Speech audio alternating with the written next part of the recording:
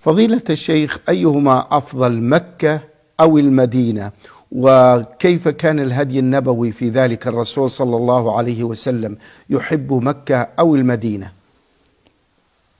مكة هي أفضل البقاع لما فيها من كعبة المشرفة وما فيها من الفضل العظيم، فهي أفضل بلد على وجه الأرض. ثم بعدها المدينة النبوية، هذا الذي عليه الجمهور.